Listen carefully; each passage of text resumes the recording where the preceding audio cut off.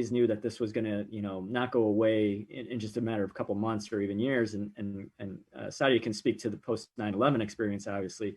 So I think we're committed to understanding that this is going to be a longer term problem that we have to address. And Hollaback and Jorge can share about went into partnership with our DC affiliate for trainings, and we just thought I attended the training. I thought it was great, and I just wanted to make sure we brought it to Chicagoland. All right, that kind of training is timeless. It's incredible. All right, Eddie, thank you so much. Let's turn it over to Saadia Pervaiz with the Council of America with CARE, I should say, and in terms of Islamic relations in America, I have to admit that it is very nice in the last little while to not have seen some of the hatred thrown towards the Islamic faith and to Islamophobia over the last year and a half or so.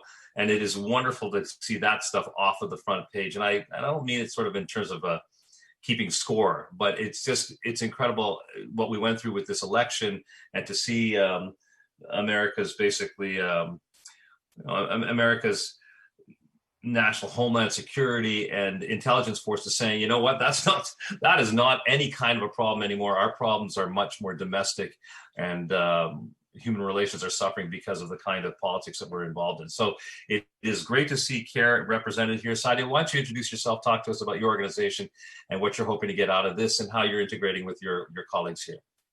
Hi, so I'm Saadia Pervaiz. I'm the communications coordinator at CARE Chicago. I've been at CARE Chicago for the last few years, and essentially CARE Chicago kind of jumped into this initiative with Advancing Justice Chicago, kind of to bring bystander intervention training to Chicagoland from training from Hollaback, because not only is it something that Muslim Americans have been facing as well in terms of street harassment, but it's also a sign of just neighborly responsibility, right? Like, just because it's not happening to you, like in the front spotlight at that moment, doesn't mean that you should ignore the problem. And with CARE Chicago, a lot of it is solidarity. And although we've seen reported incidents go down within the past year, it doesn't necessarily mean that it's not happening or it's not happening to our neighbors. So we want to be there for people who are facing it, because we know what it feels like. And we just want to make sure that it's kind of eradicated off the streets of Chicago. Do you feel like you're in a little bit of a different spot here in terms of the kind of intervention and the kind of campaigning that you have to do, just given where our politics are and how things have shifted over the last 18 months?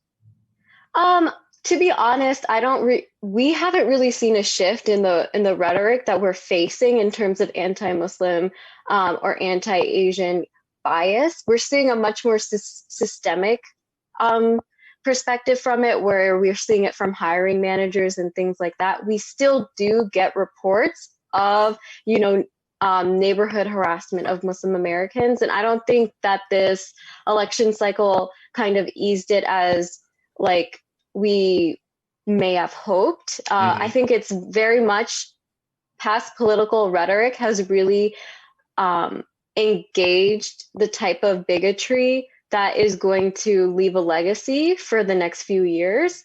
And I just think that these past 18 months, while it was an election cycle, and we may see a shift in the public discourse around it, I think that the people who were already inflamed by past like hateful discourse are still going to be there. So I think it's better to anticipate it and try to be proactive about it than to just like kind of be lulled into this sense of comfort to have it spark up again. All right. Always vigilant. All right. Saadia, thank you so much. Let's talk with Jorge Arteaga and Hollaback. Let's talk about your organization. Introduce yourself and tell us again how you're integrating with all of these efforts. Yeah, well, my name is Jorge. I'm the deputy director at Hollaback. And, bystander intervention for Hollaback as an organization that believes in a world without harassment, where folks should be able to move through public spaces, be involved in civic, social engagement without being harassed. Bystander intervention has proven to be one of those tools that provide folks with just tangible, practical approaches to showing up for one another and being there when we see harassment, so that together we can change that culture. Hollaback originally started as a blog where folks could come and share their experiences of harassment, because back in 2005, folks weren't saying, thinking that street harassment was an issue. We knew it was happening, but no one was really talking about it. So a group of young folks got together and started to do that work. And then later on, after having collected, I'd say, close to 6,000 stories, there was a story analysis done where we were looking at the stories of harassment folks shared with us. And one of the things we found was that most of the stories, the one thing they had in common is they wish someone would have done something when they saw them being harassed, which is what really propelled our work forward into bystander intervention. We partnered with Green Dot to learn the methodologies of the 3Ds. And then we went ahead and added on document and delay. And I can talk more about the Hollaback's 5Ds of bystander intervention. Okay. Well, let's talk about bystander intervention as a methodology, and everyone, I encourage you to sort of jump in here. This isn't all a bunch of speechifying, and I'm not controlling the conversation. I'm just here to move it along. But maybe Andy, if you can give us a sense of the bystander intervention training, and everybody else jump in about what you think is so valuable about this. Andy, go ahead. Yeah, well, I'll talk about having experienced the training first as a trainee. I attended one that Hollaback and Jorge put on with our DC affiliate, which was more available nationally.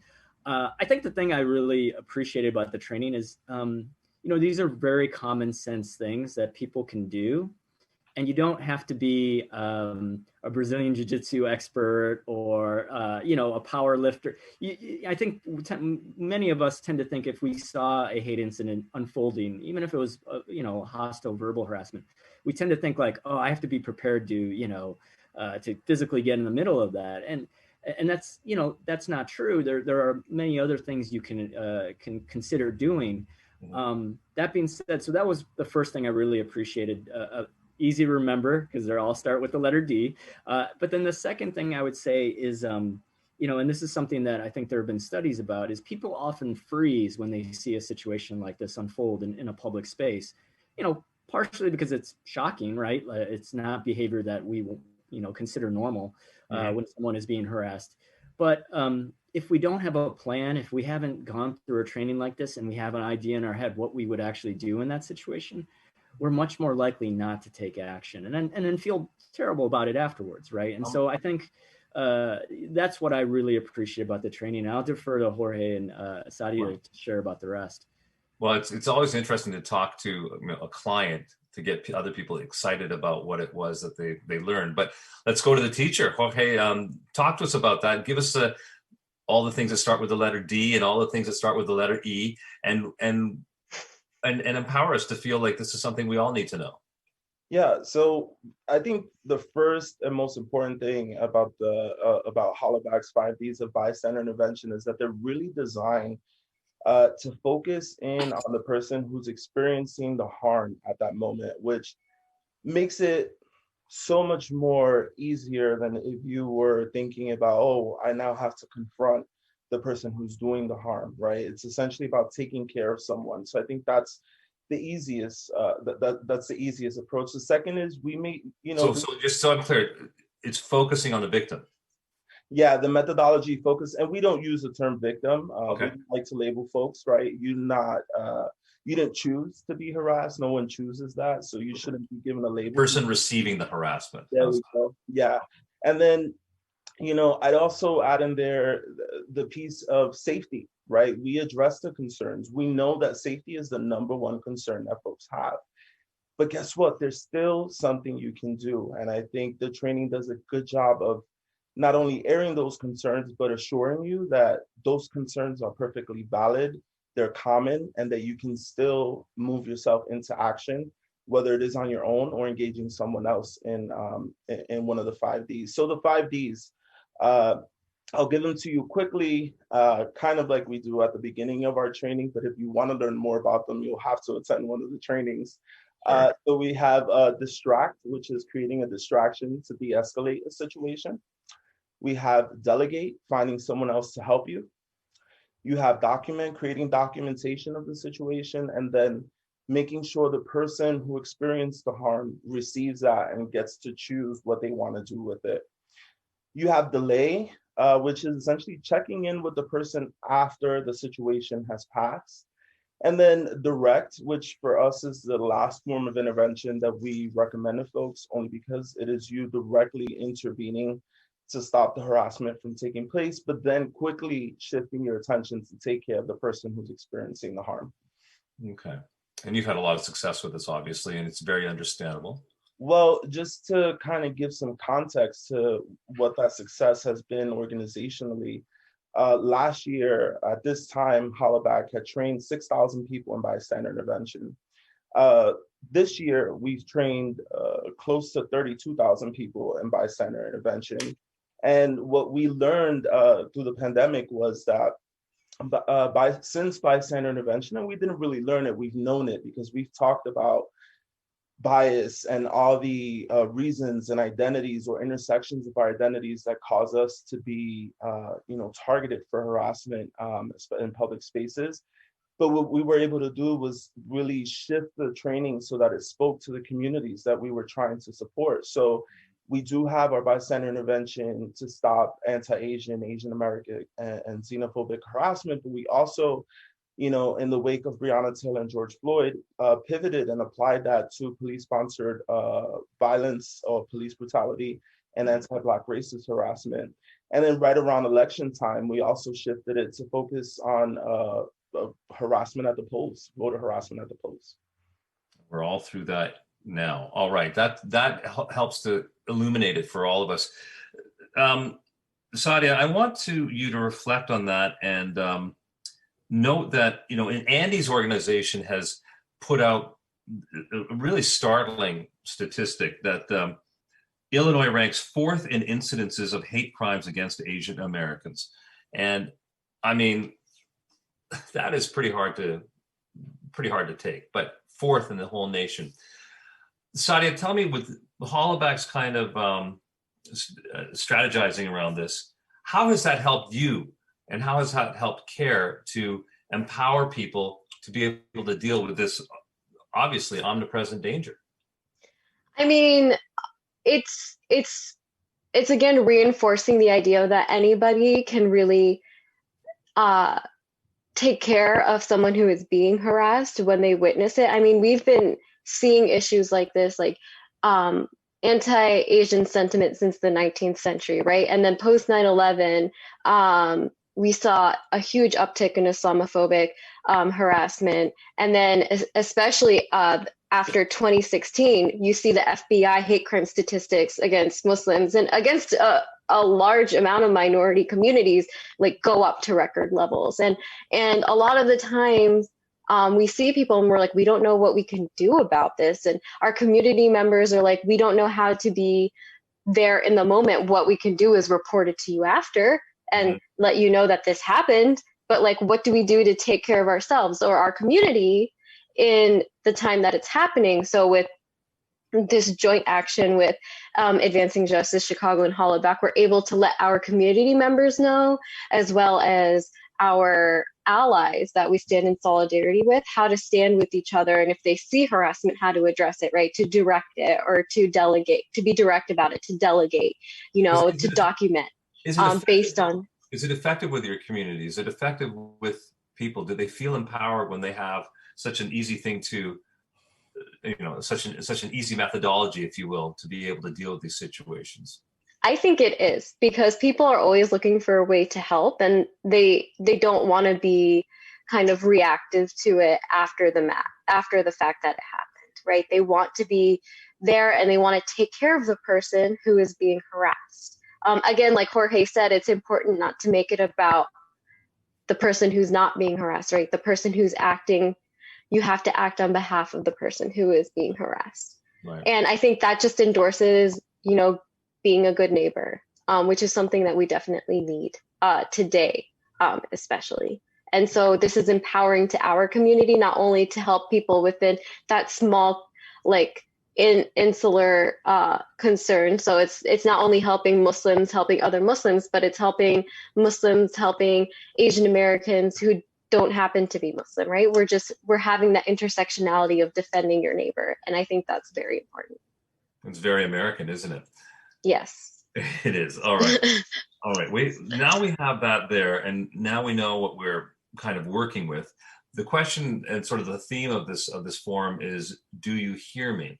And I can't help but always put these kinds of things, these kinds of questions, these bigger challenges in the context of, you know, public affairs and the news that's happening of the day. And obviously what we were talking about right off the top, which of course was the election. It's an incredible, crazy year of 2020, which can't end soon enough for a lot of people.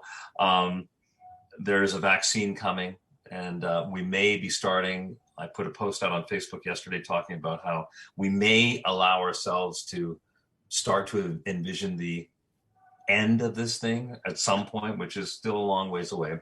And I wonder, when we emerge on the other side of this global nightmare that we're in, is there, in each of your organizations, and as you take this notion of, you know, I'm with the other, I'm trying to help my neighbor, do you think that we're going to be in a more evolved space? And what more do we need to know about taking the things that we've learned this year forward so that we have less of this kind of friction? And I'll go to Andy with that, because clearly I put this in the context of the pandemic, because the pandemic has just changed everybody's sense of what daily life is all about. Andy?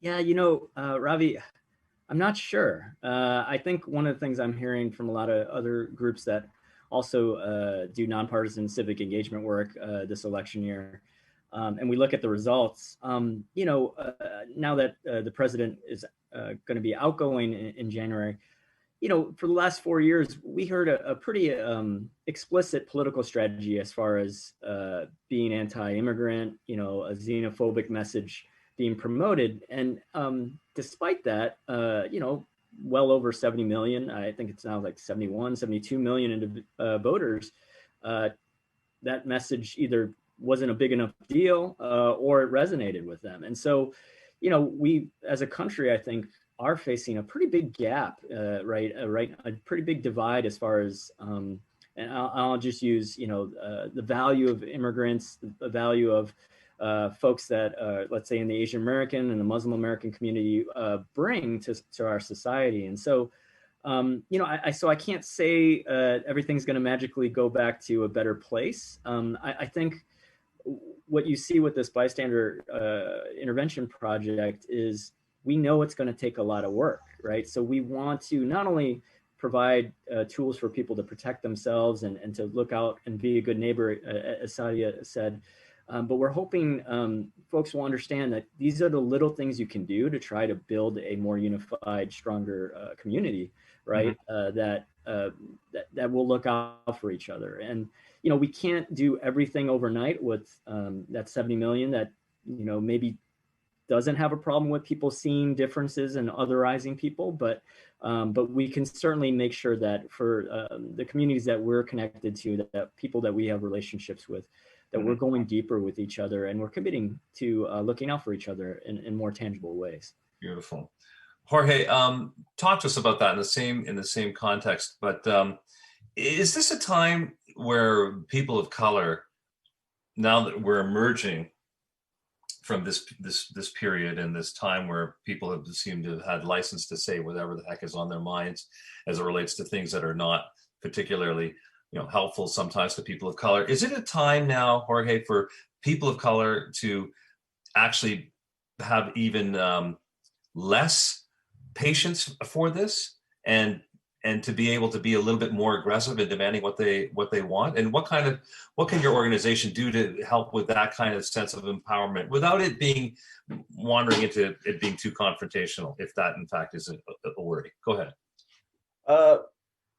You know, reflecting on my own experience and then also of the many of, you know, people of color in my life that I've encountered who are also going through the same experience right now, yes, it is. We need to be impatient, but we need to be impatient and also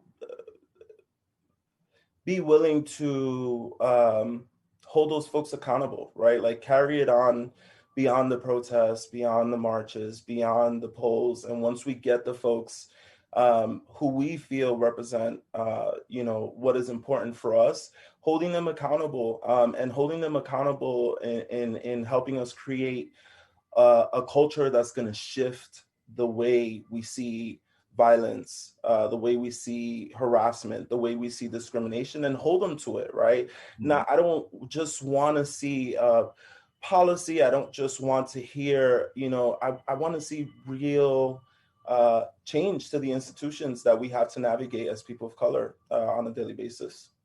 Saadia, what do you think of that? Is it time to be more impatient?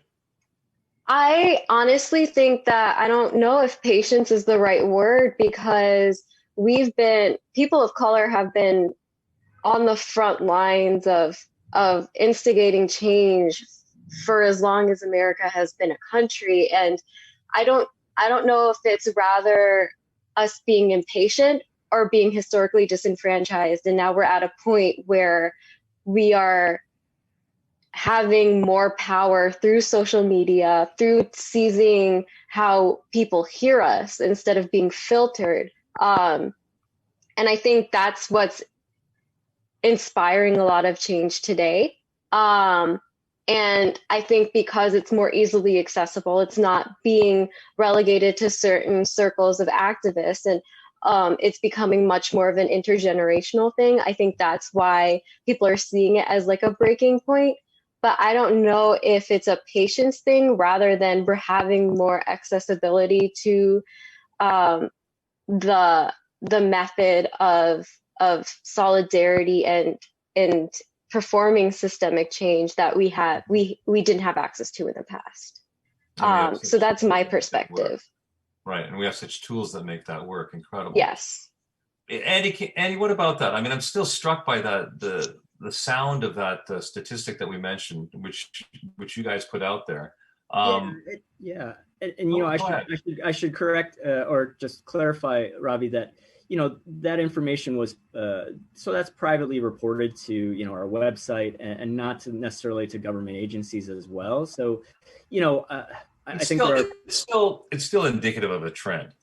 It is, and and I think it's accurate to say that it's probably underreporting even then, right? We know that folks have, for various reasons, reservations with engaging with government or law enforcement, and so the self-reporting on hate incidents, let alone hate crimes, things that would rise to the level of criminal activity, we're not getting the full picture.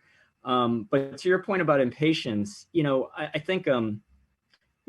Two thoughts, one on the micro level and one larger one. On the micro level, like with the bystander intervention training, I think it's important that folks not lose their cool. And you can be angry, but don't lose your cool. Because, one of the things that I think is an important concept to Jorge's point is if you really care about the person experiencing the harassment, you don't want to come into a situation and create more conflict and danger, right? Potentially physical danger for everyone involved, right? Because you can't possibly know how things will turn out. And so, I think that concept on the larger scale, I think we should, to Saadia's point, be impatient. There are long overdue policy changes to address institutional racism in all its forms, right? Whether it's xenophobia or the treatment of Native Americans in our country, or all the anti-Blackness, right, that stems from slavery to Jim Crow to now. We need to be impatient about seeing that change. I just would say that on the macro level, we also should not lose our cool so that we can think smartly about what is the most effective political strategy for us to get there together. All right.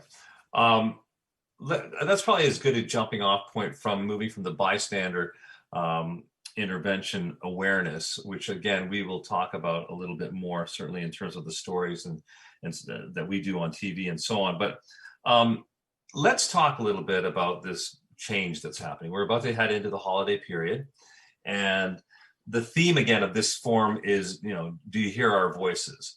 And there's no question that that people of color, Asian Americans in Georgia and African Americans in the big swing Midwest swing states and everywhere else, we're really heard. If you look at the exit polls in the election, we're really heard and really had power in terms of swaying the outcomes in so many different areas. So this is the outgrowth of a lot of grassroots organizing.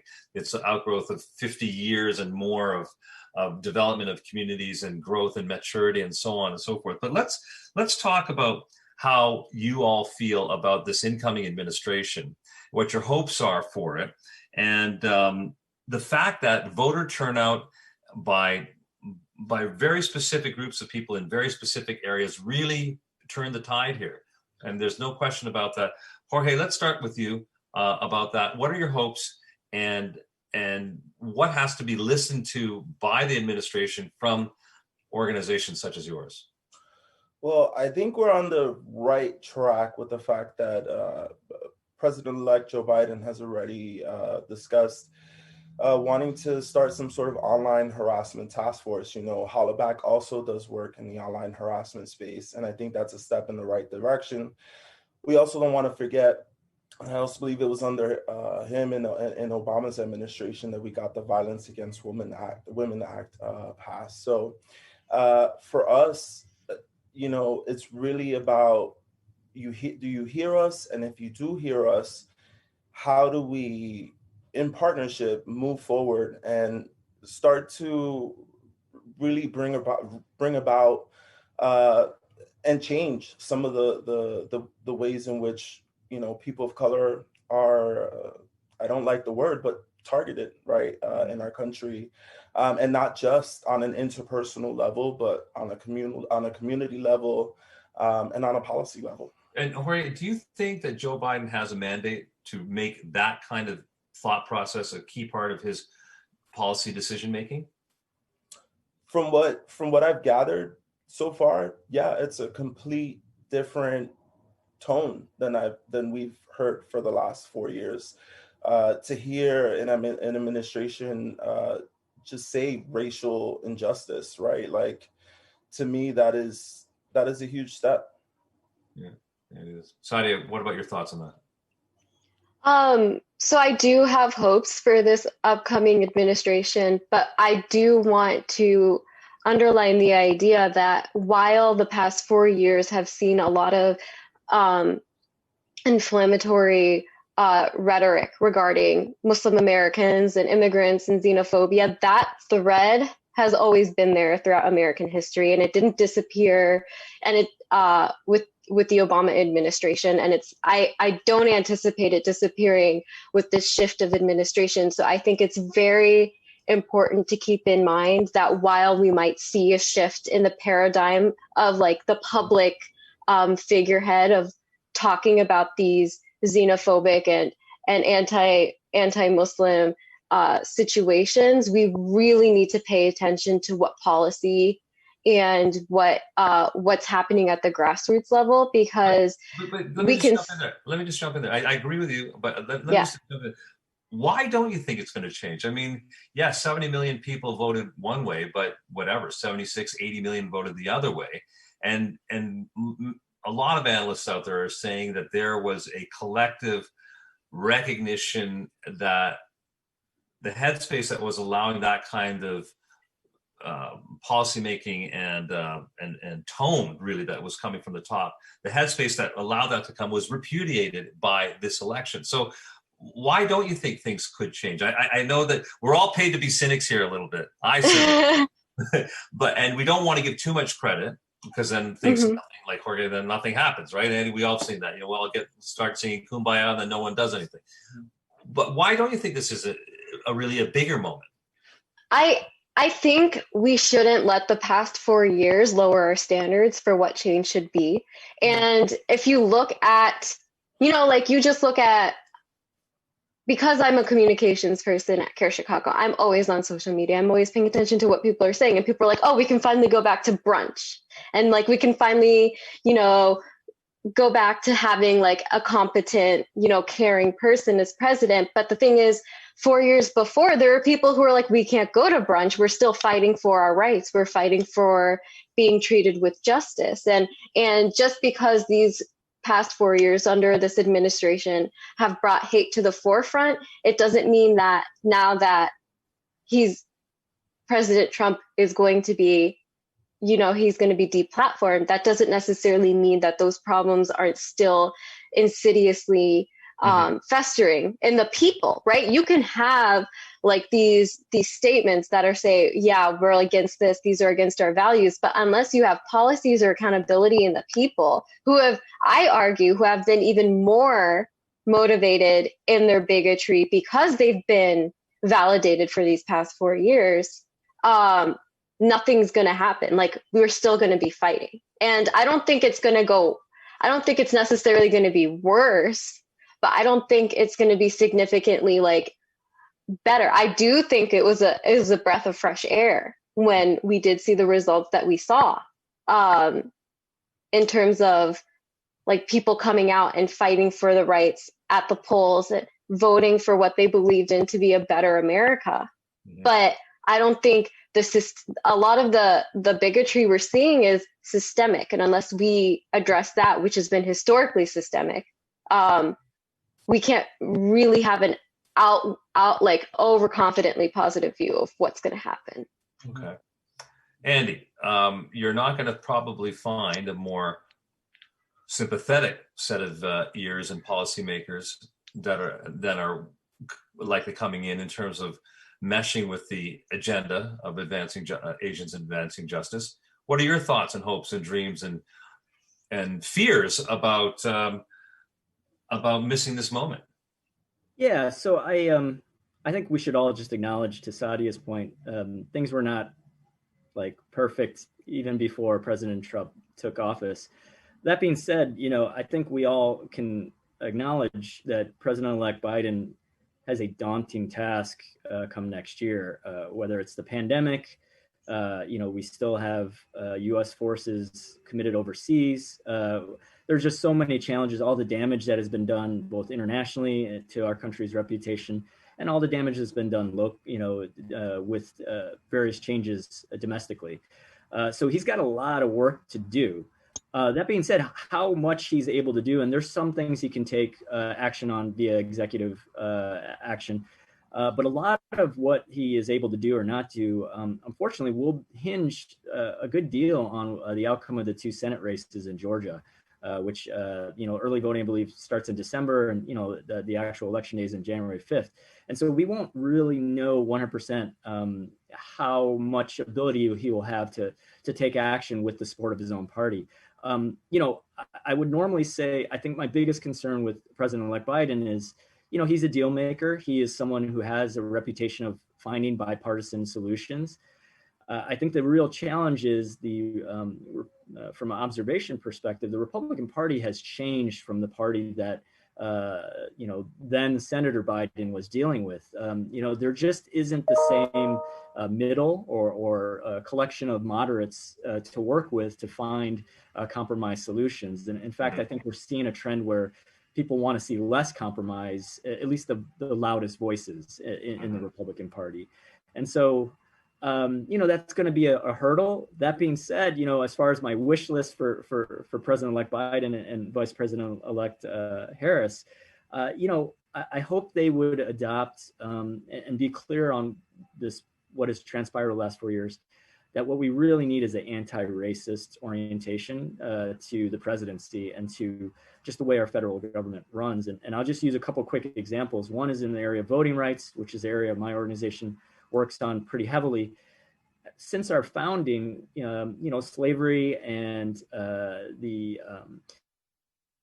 giving of political power was negotiated by slave states. And so we still have a system in place where a minority share of voters can actually still dictate a great deal on the majority, right? And so despite that popular vote discrepancy, you're still going to see smaller red state senators be able to block very popular ideas, from gun control to immigration to the environment, you name it, right? And I think there's going to have to be some creative thinking about how we address that. And then lastly, I'll just say, I know immigration is a big deal for us.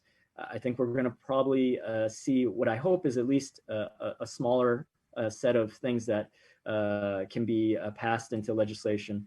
But a large unaddressed issue that comes back to this bystander training is white supremacy. And, one of the things we saw earlier this year is FBI Director Christopher Wray just named it, that the largest, most dangerous domestic security threat, both based on evidence of attacks and terrorism, are white supremacist hate groups. And we've never seen a national strategy or even one locally on how do we actually address this holistically, not just with police and law enforcement, to be really clear, but how do we really tackle this and address this problem that has been with us from Reconstruction to maybe even longer. We could have a whole year's worth of forums on that issue. And in fact, one could argue that they fought a war over this and still haven't settled it. So that being said, that's perfect segue though into where I want to take the last part of this conversation. We were all thunderstruck by what happened with George Floyd and that whole scenario and the video and the humanity of it all and the tears and I don't know anyone personally, professionally, or anyone who wasn't just completely gobsmacked by what happened there and really had to ask themselves questions about what their attitude was to what they saw, what role they play in creating an environment where something like that can happen, and all the other issues around policing and police reform and so on. And then covered that story, marched with the protesters, sat in with the thousands of people. You remember those days in May and June, and and couldn't even get downtown to barely anchor my show because the National Guard was out on the streets, and it was just, it's still kind of weird. I still drive around with this letter from Homeland Security that says, please let this guy through because he's trying to tell your story. It's remarkable. It's kind of crumpled up now. That being said, that was 6 months ago. And then Jacob Blake happened in Kenosha. And then that awful situation tied into the top of the fall campaign. And there's no question that this is still with us.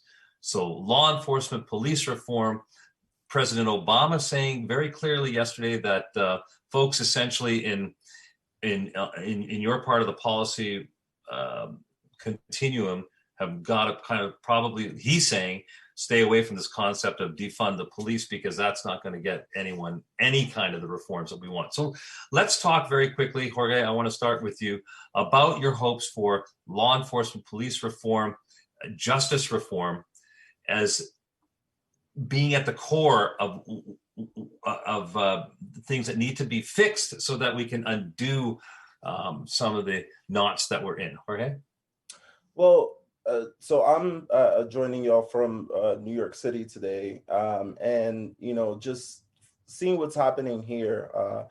I want to start by saying I by no way demonize or believe that this is an issue of the police officer, okay, like the person. There is a person behind that uniform still. I think it's about the system that allows for them to pick and choose who gets treated a certain way over another, right?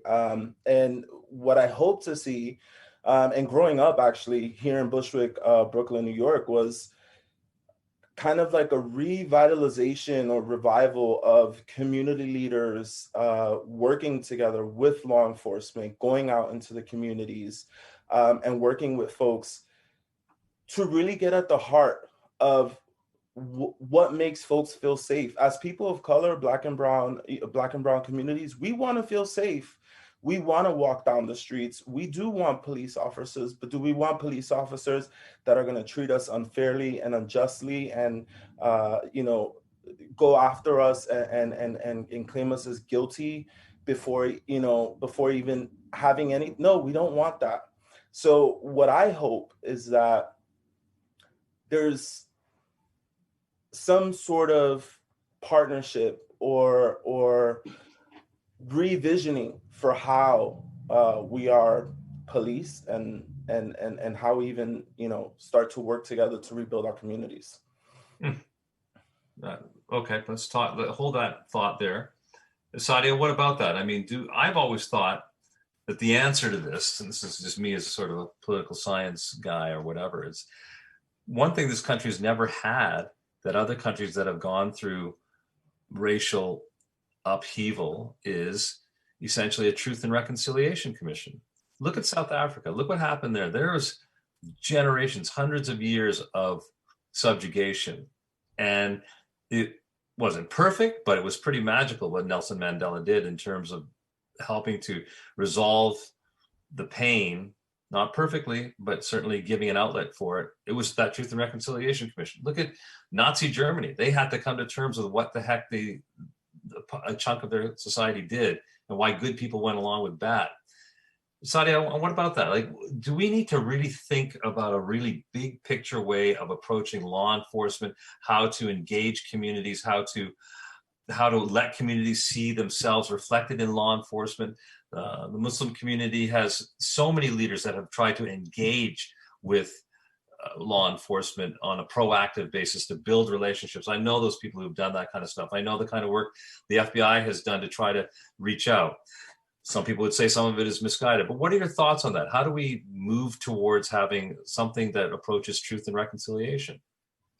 I mean, Care Chicago has also had a history of, proactively reaching out to law enforcement, whether it be like the police departments or, TSA or the FBI. And I think a lot of it actually taps on what you brought up is like, there's this sense of deniability over how people of color have been treated in terms of how there's a sense of deniability of like, it's never been that bad. Like that's a lot of the discourse I've been seeing is a lot of invalidating what people of color are saying. And unless we come to terms with the fact, like, yes, this was built, this system, this bureaucracy was built on the systemic oppression of namely Black and Indigenous people of color. There's no way we can even come to terms with the reconciliation between the people and the system. And that's why everyone's vouching for, like funding of community resources and making sure that these Black and Indigenous communities have access to healthcare or to food safety or to, like access to good schools. Because I think that unless that is addressed, there's no way that conversation can happen on equal planes. And I think, yeah, right. When someone is so disenfranchised, they're thinking about, like, where will I get my next meal? Like, will I be able to see a doctor? They aren't even having the opportunity or the privilege that people have to like, oh, like I'm saving up for college to get my degree in post-colonial history, and we can't have those systemic changes without people at those levels. And if people can't even get to those levels, then it's just not going to happen. And I'm not saying that everyone needs to go to university and get a university degree on post-colonial discourse. But what I'm saying is we need to let these Black and Indigenous people of color and brown people of color and every other race and ethnicity who has faced marginalization at least have an opportunity to have their garrison of knowledge, whether it be through community funding, through mutual aid, to tackle these systemic issues. And if we don't give them the basic needs that they have, like housing and food and healthcare, then there's no way it's gonna reach that level. Okay. Andy, what about that? Let's talk about law enforcement, police reform, where that set of, that bailiwick, that portfolio, what is that the first order of business here, especially after the year we faced, the George Floyd murder and the reckoning over race, and then to see how race is played out in terms of the pandemic? Is it about the pointy end of law enforcement being reformed as it relates to groups of color? Well, I'd say, to our earlier point about impatience, yes, we're going to need to see delivered results in some shape or form, even if it's a first steps next year. But I'd say two things. One, as a fellow Chicago White Sox fan, it pains me to say this, but I admire President Obama, but I thoroughly disagree with his comment. And I found a tad disrespectful of the Black Lives Matter activists who have literally put their bodies on the line this year in order to speak out against injustice. And I understand he has concerns about their messaging. I similarly would have concerns about the term reform, because it would seem to suggest we need just small changes on the margins for our public safety system to work for everybody, in particular communities of color. You know, Jorge mentioned from New York City. The officers that are attempted to arrest and ultimately ended up killing Eric Garner, they were enforcing the law. But I think the question is, was that the public safety goal, that a man who was selling cigarettes should be choked to death? And I think we would all agree, no, that's ridiculous, right? And so my hope with whether we call it defund or a public safety overhaul is that, two things. Do our policing strategies need to change? Yes. But, policing alone is not going to get us where we need to be as a society, right? And if it was, it would have happened already. We've tried reforming police for decades. And, here in Chicago, we saw the DOJ report, which Mayor Lightfoot also issued, prior to being mayor, their own recommendations. We have a long way to go. And I think reform alone, to suggest to the public that that's going to fix it, we need to talk about housing. We need to talk about voting rights. We need to talk about so many areas that, unfortunately, our society has left behind too many of our neighborhoods and too much specifically of the Black community. And so, I think that's my hope, is that we can have a conversation about how to rethink public safety, because everything that has come up to this point hasn't really worked for everybody. And I think that's something we just have to be honest about. We do. We absolutely have to. And that conversation will not stop after even all of our time here is gone. But I personally tend to think that that's where it has to start. I think just in terms of the kinds of stories to get people's attention and the kinds of things that put life and liberty at risk often kind of boil down to that relationship between the people and the police being the strong arm, the pointy end of the authority figure. So I still think that truth and reconciliation thing, one day, if there was a politician who had the mandate and had the kind of courage and the vision to be able to do that in America, I think we would be, I think we would all be very, very well served. Before I give you a chance to give your last thoughts on this, because we are coming up on the top of the hour, and I knew this hour was going to zoom by. I want to ask you very quickly, in terms of people hearing our voices, your voices, for each of your organizations, do you need to reach out to more white allies to make yourselves heard even more, especially given what we've been through this year? Saadia, why don't you take that first? That's kind of like, it's like a difficult situation to navigate, because as people of color, as activists, we shouldn't have to have validation from, white allies in order to be taken seriously. But at the same time, there are people who still think that unless you have the backing of white allies, you shouldn't be taken seriously. Mm-hmm. And I think that's something I grapple with, is like, as people of color, we and our struggles, we shouldn't have to cater to make it okay to white allies. I think the responsibility and the onus actually falls on the white allies to reach out to these people of color communities. Mm-hmm. And, any time that we're actually trying to tell our story to people, to white allies specifically, is time that we're losing taking care of people of color who need it. And I'm not trying to be divisive, and I'm not trying to say that we need to be insular or not reach out to people, because we definitely should be. We should all be fostering this neighborly sympathy and empathy amongst each other. But I really just think that people of color are tired of having to constantly tell their story, and their stories and responsibility falls on white allies to take that initiative and stand up for people that they see are disenfranchised. Because again, every story we tell to a white ally, every minute we're telling our story to a white ally, we could also be helping at a grassroots level the people of color who need it as well. That bystander intervention maybe applying to a white person. I haven't thought about that. But all right, Saadia, thank you for that. Jorge, what about you?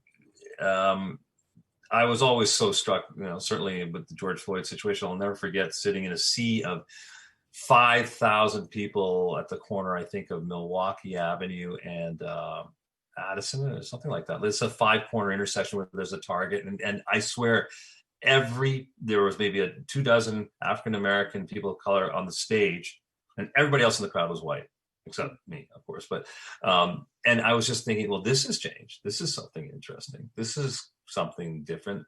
What about that? Does your organization, Hollaback, I know you've got that support, and Martin Luther King said, beware of the support of the white liberal man in general, because you can, get lulled into a sense that you're actually making more progress than you really are. But what about that? Do you need more support in that regard from reaching out to white people? I think in terms of white allies, first I want to say that, Hollaback's work it's human work, right? And it goes beyond the national troubles we're having, right? Like Hollaback, we also do work on an international stage. So we're going beyond race. I think it's going to take everyone who wants to see actual systemic structural change in our institutions that are equitable for everyone to put a hand into the pot, extend the olive branch and be a part of it. In terms of, white allyship, me too. I live in Bushwick, Brooklyn, which back in the day was predominantly a Black and brown community, and through gentrification has become predominantly a white community. And during the BLM, marches, there were folks marching through the community, and they were predominantly white. And, at first there was a part of me that, there's a part of me, the activist, the social justice me, that why, you don't know my struggle. Why are you, stuff about us without us kind of mentality. But then I thought, we know what the experience is. We have the lived experience of being otherized, treated less than, and not having equitable, access to systems in our communities. So you know what? Yeah, go out there, white allies, and also make noise and join us. And the one thing that I do offer for, Black folks, brown folks, indigenous folks, is let white allies go out and do their work and do what they need to do and yell in their way. And let's not try to dictate how they do that. Let them do that, but let us focus on what our people need, because we know the most based on our lived experiences. So that is my thoughts on that. Beautiful. Andy, quick word on that. What about that?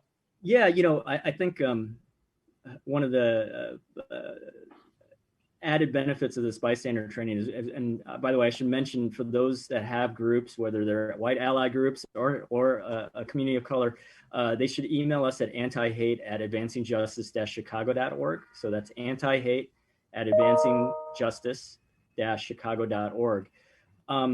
Is that we can build those bridges and relationships, sometimes with new groups, sometimes with old groups or folks that maybe we just haven't communicated with in the past, because we're going to need those relationships for us to be able to work together, right?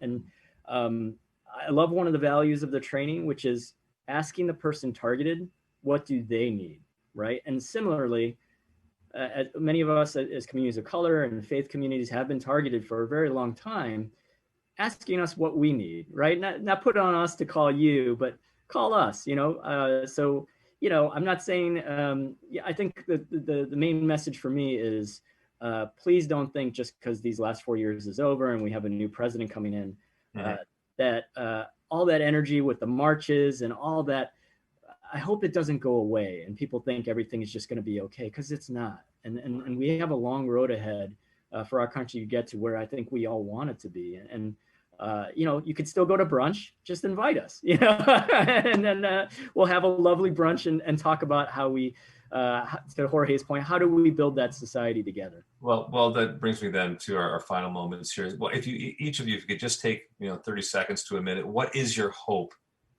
What is your hope for the next year, 2021, in the context of bystander intervention, in the context of new awareness, in the context of people hearing your voices, our voices? It's a new year. Maybe the pandemic might come to some sort of conclusion. We have a new administration. We'll see what the Senate looks like and all that stuff. See if you can sum it up in 30 seconds to a minute what your year hope for the year ahead is. Andy, you're first. Wow. Yeah. I think two things, and this applies in all contexts, that we listen to each other. As someone who is Christian and goes to church on Sundays, really listening, because we can't really understand each other until we do that. And then I think too, once we understand each other, having the courage to do the right thing. Because courage takes, means that we're willing to take sacrifices for the betterment of all of us, but also to help others. Beautiful. All right, Andy, thank you so much. Jorge, let's go to New York. What do you think? 30 seconds, give me, or a minute? Yeah, my hope for 2021 is that bystander intervention will continue to motivate folks to feel like they can safely stand up to hate harassment whenever they see it happening, because it's going to take all of us to move in the direction we want to.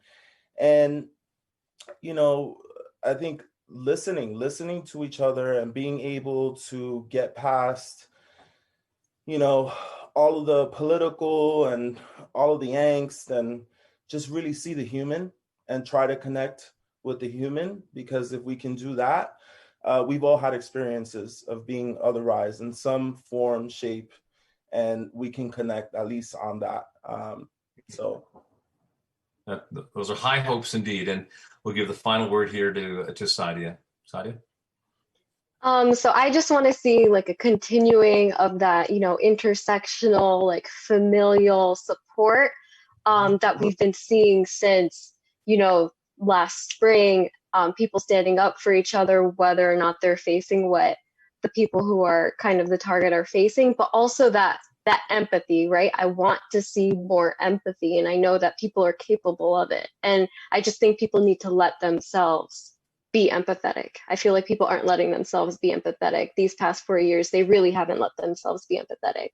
And I just really want to see that, so we can make sure that everybody is there for everyone, and just be safe and like carry on.